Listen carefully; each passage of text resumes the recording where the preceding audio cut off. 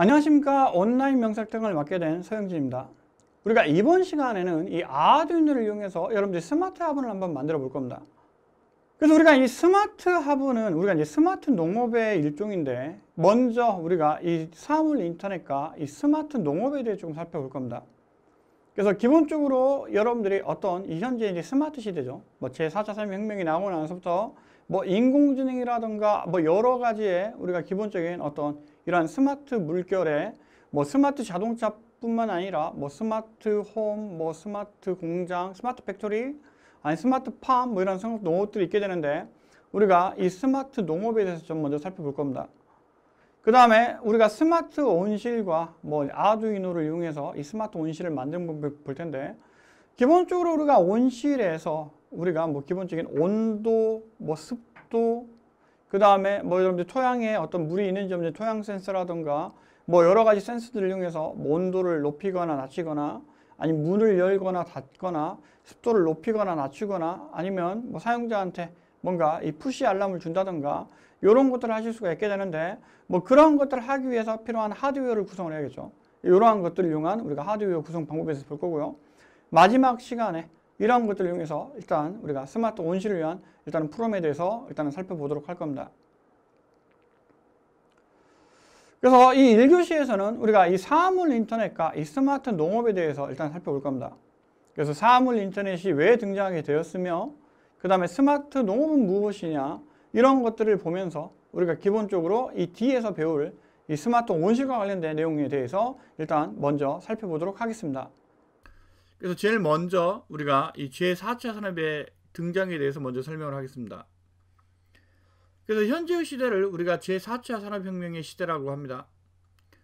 그러면 4차라고 하는 게 있다라고 하는 말은 우리가 1차, 2차, 뭐 3차, 4차 이렇게 어떤 단계가 있다라고 하는 말인데, 그럼 우리가 앞에서부터 무엇이 있는지를 여러분들이 조금 고민을 해보실 수가 있겠죠. 그래서 제일 먼저 우리가 이 제4차 산업혁명이 등장하게 되는데, 2011년도에 이 독일의 하노바라고 하는 곳에서 인더스트리얼 4.0이라고 하는 게 일단은 발표가 됩니다. 그래서 우리가 이 독일을 하면 여러분들이 아마 유럽의 강국이라고 아마 알고 있으실 텐데, 뭐 축구 좋아하시는 분들은 뭐 축구 잘하는 나라, 그 다음에 뭐 자동차 좋아하시는 분들은 뭐 BMW나 아우디나 뭐 벤츠, 그래서 세계의 유명한 우리가 자동차 밴드들도 있고요. 그 다음에 역사적으로 뭐 우리가 2차 대전, 뭐 1차 대전을 일으켰던 나라, 뭐 이런 식으로 우리가 아마 기억을 하고 있을 겁니다. 그래서 이 독일은 이 제조업 강국입니다. 그래서 뭐 여러분들이 아시는 자동차도 많이 만들고요. 그 다음에 뭐 자동차 외에도 뭐 전자 어떤 제품이라던가, 그 다음에 가전기기라던가 뭐 이런 쪽에서 일단 두각을 나타내고 있는 나라죠. 뭐 특히 이제 우리는 이제 미국하고 좀 가깝기 때문에 뭐 미국의 회사들이 조금 더 이렇게 많이 진출해 있습니다만, 뭐 유럽 쪽에서는 이 독일이나 우리가 이제 오스트리아나 뭐 이러한 우리가 이 나라들이 또 강국으로 또 우리가 뭔가 이렇게 제품들이 많이 나와 있습니다.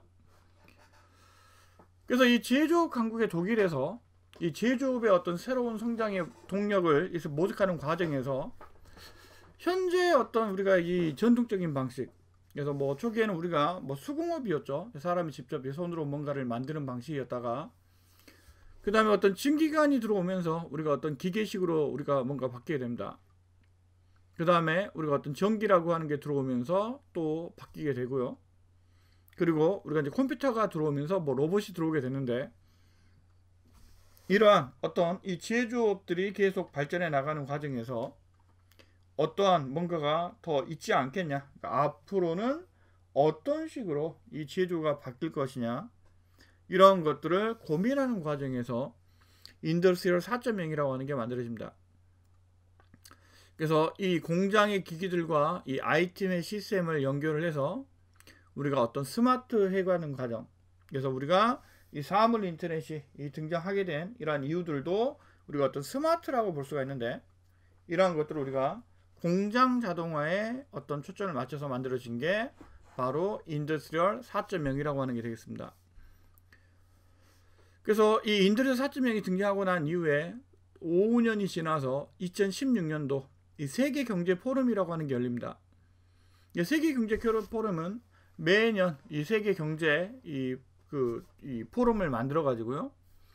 우리가 어떤 주제를 정해 가지고 뭔가 하게 되는데, 바로 2016년에 이 주제가 바로 이 제4차 산업혁명이라고 하는 겁니다. 그래서 이 4차 산업혁명이라고 하는 거는 기본적으로 우리가 3차 산업혁명에다가 어떤 융합이 들어간 것들을 의미하게 되는데, 기본적으로 여기에서 나오게 된 용어가 바로 제4차 산업혁명입니다. 그러면 이 제4차 산업혁명은 바로 산업혁명의 어떤 단계에서 이 네 번째 단계가 되게 되는데, 기본적으로 우리가 어떤 산업혁명의 단계를 네 단계로 구분할 수가 있습니다. 그래서 제1차 산업혁명을 우리가 이 증기기관이라고 볼 수가 있는데, 1784년도에 어떤 수력, 우리가 증기기관을 이용해 가지고 뭔가가 바뀌게 되죠. 그전에는 우리가 어떤 사람들이 손으로, 아니면 여러분들이 어떤 농장이나 이런 데도 어떤 소 같은 거라든가 말을 이용한다든가 어떤 이러한 우리가 원시적인 어떤 이 동력을 이용했다가 1차 산업혁명, 증기기관이라고 하는 게 등장을 하면서 바로 이 증기기관이라고 하는 게 발생하게 됩니다. 그래서 이 석탄을 떼어서 우리가 만들어진 열을 이용해 가지고 이 물을 달구고요.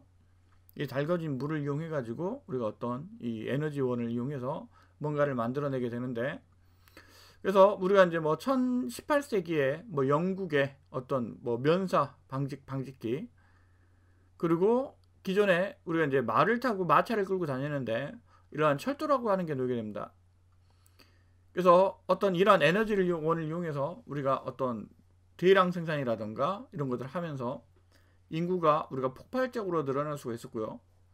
그 다음에 기존에는 우리가 어떤 마차 같은 거를 이용해 가지고 전송을 하다 보니까 대량의 물건을 멀리 날릴 수가 없었죠. 그런데 이 철도라고 하는 게 등장을 하면서 이 많은 물건들을 우리가 이 멀리 날릴 수가 있게 됩니다. 그래서 운송이라던가 뭐 이러한 것들이 이 늘어나게 되면서 우리가 어떤 물건을 만들더라도 이 멀리 이렇게 팔 수 있는 이런 환경들이 열리게 되고요. 그 다음에 신선식품 같은 경우에 우리가 이 근거리에서만 재배가 되는 게 아니라 조금 더 먼 거리에서 재배가 되더라도 그날 우리가 어떤 대도시까지 이러한 우리가 이렇게 뭔가 몰리게 되죠. 그리고 이러한 공장들이 만들어지는 곳에서 인구가 몰리게 됩니다. 그래서 이 대도시라고 하는 뭐 영국이라던가 런던이라던가 뭐 이러한 어떤 대도시들이 만들어지게 된 게 바로 1차 산업혁명에 의해서라고 볼 수가 있죠. 그래서 1차 산업혁명을 통해서 인구가 이렇게 폭발적으로 늘어나게 되고요. 그 다음에 인구가 늘어나게 되면 아무래도 이 먹을 거라든가 이런 어떤 자원들이 부족하다 보니까 또 안 좋은 면도 있게 되는데, 이제 그래서 나오게 된 게 제1차 세계대전이라는 게 또 만들어집니다. 그 다음에 2차 산업혁명이 또 나오게 됩니다. 그래서 2차 산업혁명은 바로 1차 산업혁명이 우리가 어떤 전기라고 하는 것을 이용했다고 하면, 바로 2차 산업혁명은 우리가 이 전기라고 하는 것을 이용해서 우리가 이 대량 생산화가 됩니다. 그래서 1870년대에 이 포드라고 하는 사람이 바로 이 T형 포드, 그래서 우리가 이 전기를 통해서 이러한 컨테이너 벨트를 이용해 가지고 뭔가 지나가게 되면 뭐 한 사람이 다 만드는 게 아니라 한 사람은 하나의 작업만 하게 되죠. 그래서 영화 이 모던 타임즈 같은 걸 보면 이 찰리 채플린이 이 손 두 개를 가지고 나사만 조이는 작업을 하게 되는데, 뭐 이러한 우리가 시대가 나오게 된 게 바로 이 2차 산업혁명의 시대입니다. 그 다음에 우리가 제3차 산업혁명은 바로 이 1980년대 이후에 우리가 어떤 PC의 시대가 열리게 됩니다. 그래서 이 PC의 시대가 열리게 된 이후로부터 우리가 어떤 컴퓨터를 이용해 가지고 이 생산 자동화를 할 수가 있게 되는데, 이러한 어떤 컴퓨터를 이용한 생산 자동화의 시대가 바로 이 제3차 산업혁명의 시대가 되겠습니다. 그래서 이 제3차 산업혁명으로부터 이 컴퓨터가 널리 사용이 되게 되는데, 그리고 우리가 뭐 인터넷이라고 하는 게 등장하면서 여러분들이 웹이라고 하는 등장하는 게 되면서 인터넷을 이용한 어떤 이 정보 기술 시대가 개막이 되게 되죠. 그래서 이 처음에는 우리가 IT, 뭐 인포메이션 테크놀로지, 정보 기술이라고 불렀다가 우리가 이제 웹이라던가 뭐 이러한 것들이 등장하면서 인터넷이 등장해서 이 통신, 그래서 ICT, 인포메이션 커뮤니케이션 테크놀로지, 그래서 정보 우리가 통신 기술 뭐 이런 식으로 또 요즘에는 또 부르고 있습니다만, 이러한 어떤 이 3차 산업혁명 시대를 통해서 우리가 뭔가 또 이 정보 기술이라고 하는 게 발전하게 됩니다. 그 다음에 2010년대 후반에 최근에 먼저 10년 동안 이 제4차 산업혁명의 시대로 우리가 들어왔습니다. 그래서 1차 산업혁명은 어떤 증기기관이라고 하는 게 동장을 하면서 우리가 새로운 어떤 에너지원을 통해서 생산이 이루어졌다고 치면, 2차 산업혁명에서는 전기가 들어오면서 대량 생산이 일어나게 되고요. 그 다음에 3차 산업혁명에 의해서 컴퓨터가 제어하게 되는 어떤 자동화가 일어나게 되고요. 그 다음에 제4차 산업혁명을 통해서 우리가 어떤 융합과 연결, 그래서 기존에 있던 이러한 것들을 하나로 통합을 해서 우리가 어떤 융합과 이 지능화라고 하는 게 등장하게 됩니다. 그래서 우리가 이 최근에 발달하고 있는 기술 중에 하나가 바로 이 사물 인터넷이라고 하는 기술이 있고요. 그리고 우리가 또 이 등장하게 된 기술 중에 하나가 바로 무엇이냐면 인공지능이라고 하는 게죠. 그래서 뭐 인공지능, 클라우드, 뭐 빅데이터, 이런 사물 인터넷, 그 다음에 우리가 어떤 공장, 뭐 기존에 있던 자동화, 이런 것들을 하나로 훔쳐서 우리가 어떤 융합과 이 지능화로 가고자 했던 게 바로 이 제4차 산업혁명이 되겠습니다. 그래서 이 제4차 산업혁명은 이 경쟁력이 약화된 유럽의 제조업의 문제를 해결하고 이 새로운 활력을 모색하기 위해서 도입한 인더스트리얼 4.0으로부터 출발합니다. 그래서 유럽이 우리가 뭐 18세기, 뭐 19세기까지는 우리가 유럽이 뭐 다른 쪽보다 더 잘 살게 되었습니다만, 20세기가 넘으면서 이 패권이 다시 이 미국으로 넘어가게 됩니다. 제조업도 미국이 흥하게 되고요. 그 다음에 21세기, 그래서 이 90년대, 20년대 이후로는 또 어떻게 되냐? 바로 이 중국이, 이 제조업이 중국으로 더 넘어가게 되죠. 그러다 보니까 이 어떤 공장이라고 하는 것들이 이 어떤 인건비가 싼 지역으로 넘어가게 되는데, 이러한 것들을 어떻게 해결할 것이냐? 그래서 나오게 된 게 바로 인더스트리얼 4.0입니다. 그래서 우리가 이 아디다스와 같이 어떤 이 신발이나 어떤 이런 거를 만드는 이런 회사들이 있었는데, 뭐 예전에 아디다스가 이 말레이시아에다가 이 공장을 만들었습니다만, 이 인더스트리 4.0, 그래서 이 제4차 혁명을 도입하고 난 이후에 공장을 다시 이 독일로 옮겼습니다.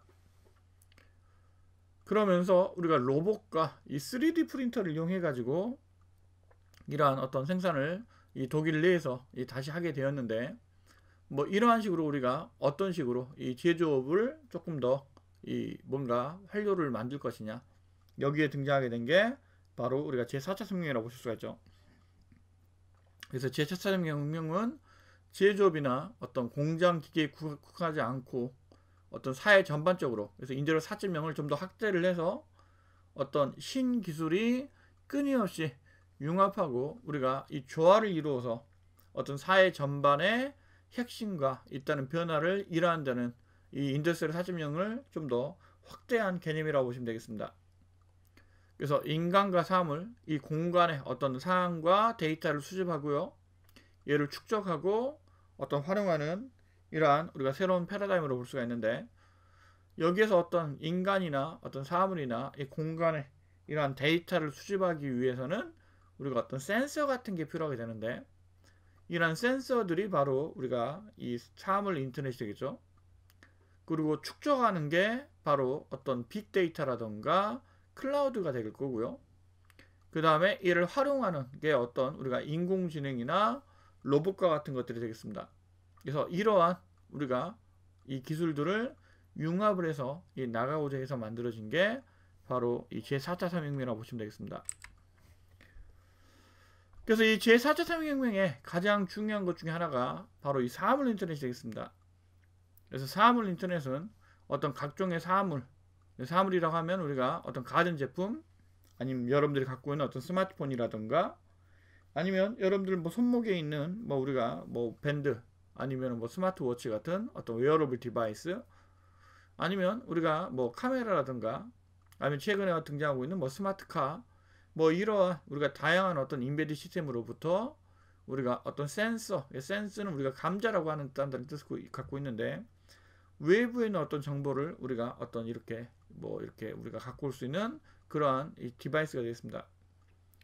그래서 센스와 이 통신 기능을 가지고 어떤 우리가 유무선의 내속을 통해서 연결할 수가 있게 되는데 어떤 서로 이 다양한 정보를 주고받으면서 어떤 특정한 사물의 이 액션을 수행할 수 있도록 만든 기술을 우리가 사물 인터넷이라고 볼 수가 있겠습니다. 그래서 이러한 이 장치들끼리 뭔가 이 연결이 되려고 그러면 여기서 중요한 게 바로 이 네트워크라고 하는 게 되겠죠.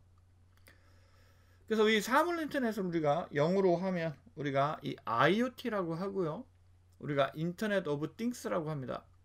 그래서 인터넷은 네트워크를 의미하게 되고 이 띵스는 어떤 기기, 이 사물들을 의미하게 되는데 일반적으로 우리가 이 센서들이 있는 이 스마트 디바이스를 의미하게 됩니다.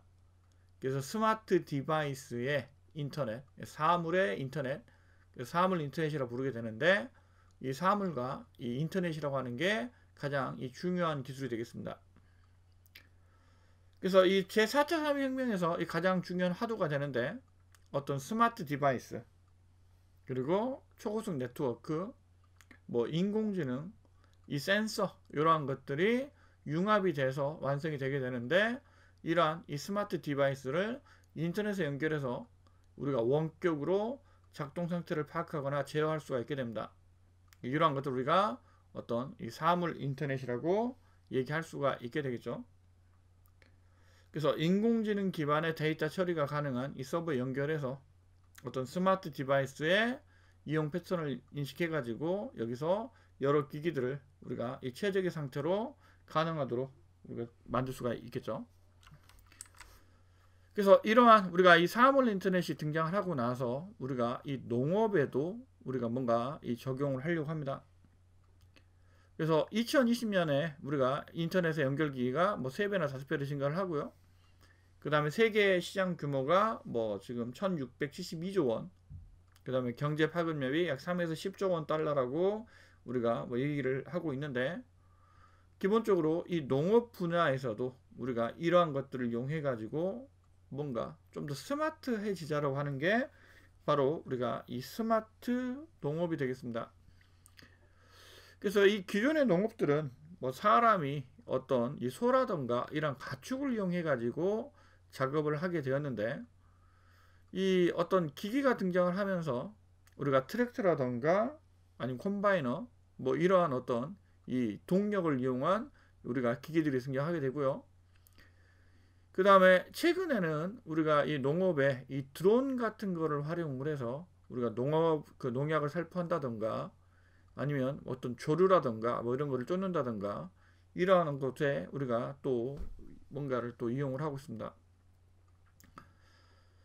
그 다음에 어떤 특정 지역에서 예를 들어서 우리가 이제 아주 좁은 면적만 가지고 농업을 하는 경우도 있지만 이 전 세계적으로 봤을 때 특정 지역에 어떤 이 병해충이 발생을 하거나 아니면 어떤 새로운 어떤 질병이 뭔가 발생을 했을 경우에 이러한 것들을 좀 더 효율적으로 막아야 되는 방법들이겠죠. 그래서 이러한 쪽에 우리가 이 스마트 농업이라고 하는 거를 우리가 이용을 해서 우리가 뭔가를 할 수 있게 됩니다. 그래서 우리가 이 제4차 산업의 효과에 모든 것이 연결이 되고 이 지능형 사회로 발달하게 되는데 이런데 초연결 사회가 들어가게 되고요. 그 다음에 어떤 기존의 사업의 문제를 해결하고 어떤 신사업을 창출할 수 있게 되는데 이러한 곳에 우리가 어떤 스마트 농업이라든가 교통체계라든가 이러한 것들이 우리가 있다라고 일단 볼 수가 있겠습니다. 그래서 이 스마트 농업은 우리가 이 제4차 산업혁명의 어떤 기술을 접목을 해서 이 농업 작업에 이 무의나 이 지능화를 구현하고요. 그 다음에 어떤 전통적인 농업의 요소, 그래서 노동력, 지식, 경업 등을 우리가 어떤 데이터로 대신하는 이 제4차 산업혁명 시대로 우리가 진입할 수 있게 되겠습니다. 기존에는 어떤 농업이 이 노동 집약적인 사업이었는데 현재 예전과 다르게 조선시대 같은 경우에 농업이 이렇게 국가의 가장 중요한 거라고 했지만 지금 현재는 이 공업이라던가 이 다른 걸로 일단은 우리가 대체가 되어 가고 있죠. 그래서 이 농업 인구들이 많이 감소를 하고 있는데 이게 우리나라뿐만 아니라 어떤 전 세계적인 그러한 어떤 이슈가 되겠습니다. 그래서 이러한 쪽에서 우리가 이러한 것들을 어떻게 대응을 할 것이냐, 거기서 나온 게 바로 우리가 스마트 농업이라고 보시면 되겠습니다. 그래서 농업 생태계 전반에 거쳐서 우리가 스마트 농업화를 하게 되는데, 기본적으로 이 정보통신 기술을 접목을 해서 생산을 비롯해서 이 농업 밸류 체인의 전반에 적응을 해서 농업 전반을 스마트하는 개념입니다. 그래서 농업의 밸류 체인 하면 어떤 육종, 채종, 그 다음에 육모, 생육, 수확, 유통, 소비까지 이루어지게 되는데, 신품종 개발 등이 이루어지는 어떤 농사 사전 작업인 종자산업부터 우리가 이 스마트 농업을 시작할 수 있다라고 우리가 볼 수가 있겠죠. 그래서 이러한 이 스마트 농업이 필요하게 된 이유는 또 무엇이냐? 아까도 설명드린 것처럼 농업 인력이 고령화되고요. 그 다음에 도시로 인구 유출로 인해서 농업의 어떤 노동력이 부족하게 됩니다. 그래서 농업은 이 전통적으로 노동 집약적인 사업이죠. 그래서 매일 가서 논밭에 있는 우리가 잡초도 제거해야 되고요. 그 다음 농약도 뿌려야 되고, 그 다음에 시기별로 우리가 어떤 씨도 뿌리고, 그 다음에 가서 다시 재배도 하고, 그리고 아침에 이게 비닐하우스 같은 경우에 우리가 더우면 문을 열어주고, 추우면 또 문을 또 닫아주고요. 그 다음에 우박이라던가 비가 온다 이런 경우 또 대비를 또 해줘야 되고, 그 다음에 또 우리가 이 수확하는 시기가 되면 또 수확도 해야 되고, 그 다음에 수확 끝난 후에 얘를 말려서 팔거나 저장을 하거나 다시 재가공을 한다던가 여러 가지 우리가 작업을 하게 되는데, 기본적으로 이러한 어떤 전반에 우리가 어떤 스마트 하고자 했던 게 바로 이 스마트팜이 되겠습니다. 그래서 우리가 이 농장의 그 산업 인터넷 기술과 이 농업의 그 융합을 통해서 우리가 뭔가 확장된 육자 산업으로 우리가 농업은 노동 지역체 사용해서 IT 기반의 우리가 어떤 고부가가치 융합 사업으로 발전할 수가 있게 되는데, 이러한 쪽에 우리가 어떤 이 스마트팜이라고 하는 게 들어간다고 보시면 되겠죠. 우리가 이 스마트 이 농업의 예로 우리가 이 바이얼 크롭 사이언스라고 하는 게 있습니다. 그래서 과거에는 우리가 이 작물을 수확할 때 이 동시에 우리가 수확량, 껍질, 두께, 이 무게 등에 따라서 작물의 정보와 이 환경 정보를 수집해 가지고요, 수동으로 데이터 센서에 전송하고 이 비즈니스 전문가가 이를 확인을 했는데, 수집에서 우리가 뭔가 이 하는 것 자체가 일단 수작업으로 이루어져 있다 보니까 또 손이 많이 가게 되고, 그 다음에 피드백을 다시 주는데 걸리는 시간이 많이 들어가게 됩니다.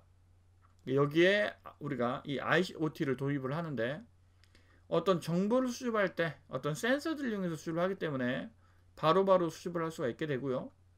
그 다음에 바로바로 수집된 정보를 우리가 어떤 다시 재입력할 필요가 없는 거죠. 그래서 바로 또 전송을 할 수가 있기 때문에 일단 속도가 빨라지게 되는데, 이러한 것을 바탕으로 해서 우리가 어떤 농업의 이 비즈니스의 민첩성을 높일 수가 있게 되죠.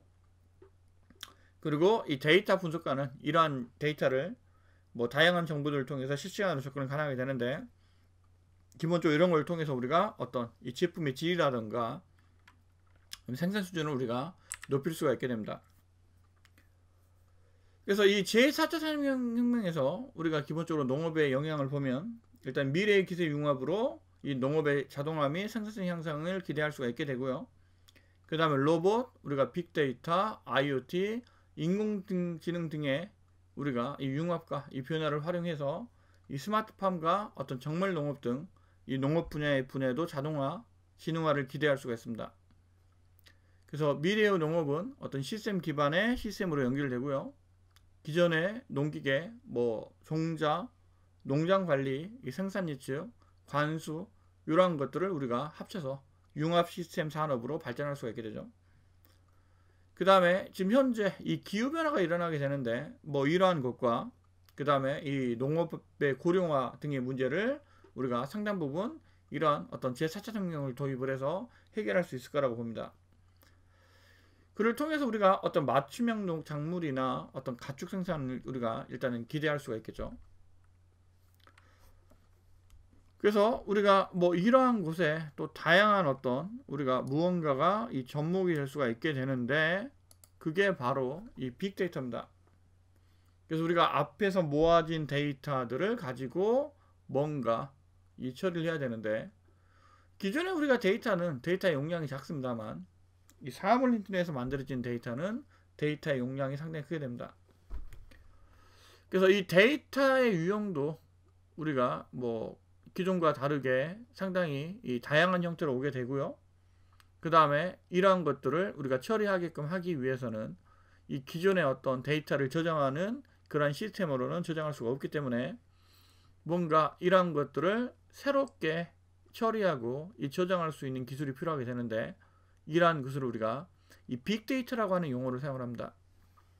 그래서 수집, 저장, 처리, 이 관리, 이런 것들을 실시간으로 분석하고 그 다음에 이 고속으로 저장을 하게 되는데, 일단 우리가 이 빅데이터 플랫폼으로 이 구글의 이 하둡이라고 하는 것을 사용을 하고 있죠. 그래서 이 농업에서도 기본적으로 이러한 하둡을 이용해서 우리가 또 데이터를 또 처리를 할 수가 있습니다. 그래서 여러 기업들이 이 빅데이터를 이용을 해서 우리가 또 뭔가를 처리하고 있는데, 이 몬산토라고 하는 곳은 필드 스크립트라고 하는 빅데이터 정보를 사용을 합니다. 그래서 이 몬산토는 뭐 유명한 이 작물 회사죠.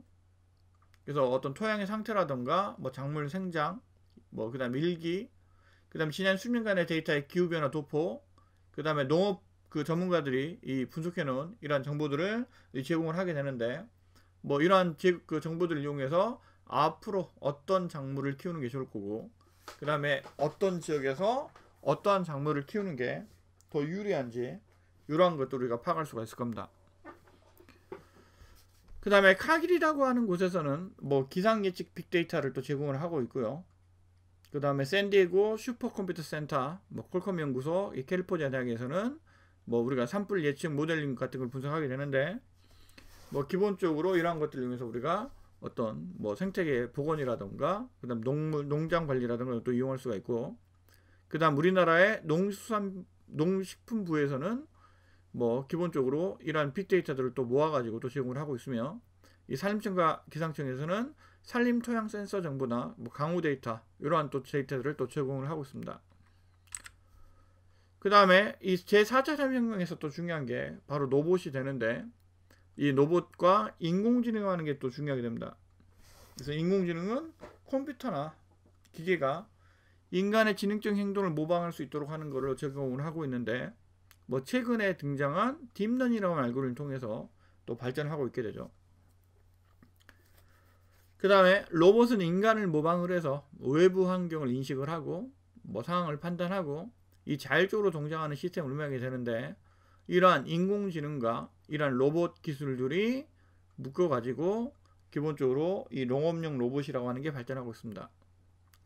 그래서 원형 로봇이라던가 아니면 축산 쪽에서도 우리가 여러 가지 로봇들이 사용이 되고 있는데, 뭐 기존에 우리가 어떤 사람들이 직접 움직였다고 하면 이러한 어떤 지능화를 통해서 혼자 우리가 이 판단하고 그다음 혼자 뭔가 동작할 수 있게끔 하기 때문에 이 사람의 간섭을 최소화하더라도 어떤 이 농업 쪽에서 여러 가지 우리가 이 기계들이 사용이 될 수가 있겠죠.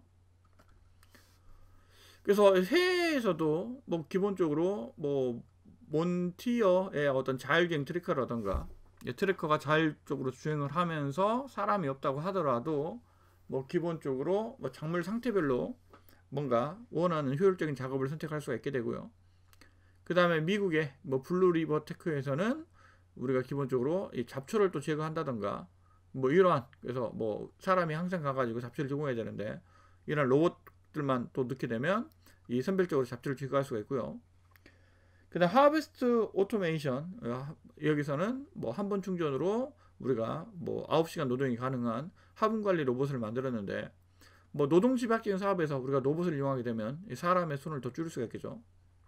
그 다음에 중국의 이 DJI는 또 드론으로 유명한 회사인데, 이 농약을 이 사람이 살펴하게 되면 아무래도 건강에 좋지 않겠습니다만 이런 것들을 또 자동으로 살펴볼 수 있는 로봇들을 또 우리가 만들어내고 있습니다.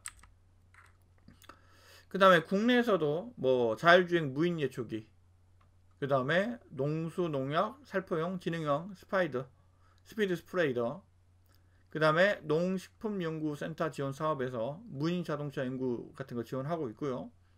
그래서 우리가 뭐 여러 가지 뭐 전남대, 고려대, 뭐 동양물산 등에서 자율주행 트래커라던가, 그 다음에 자율주행 뭐 잔디 모어라던가, 온실내 뭐 이동 로봇 같은 것들을 개발하고 있습니다.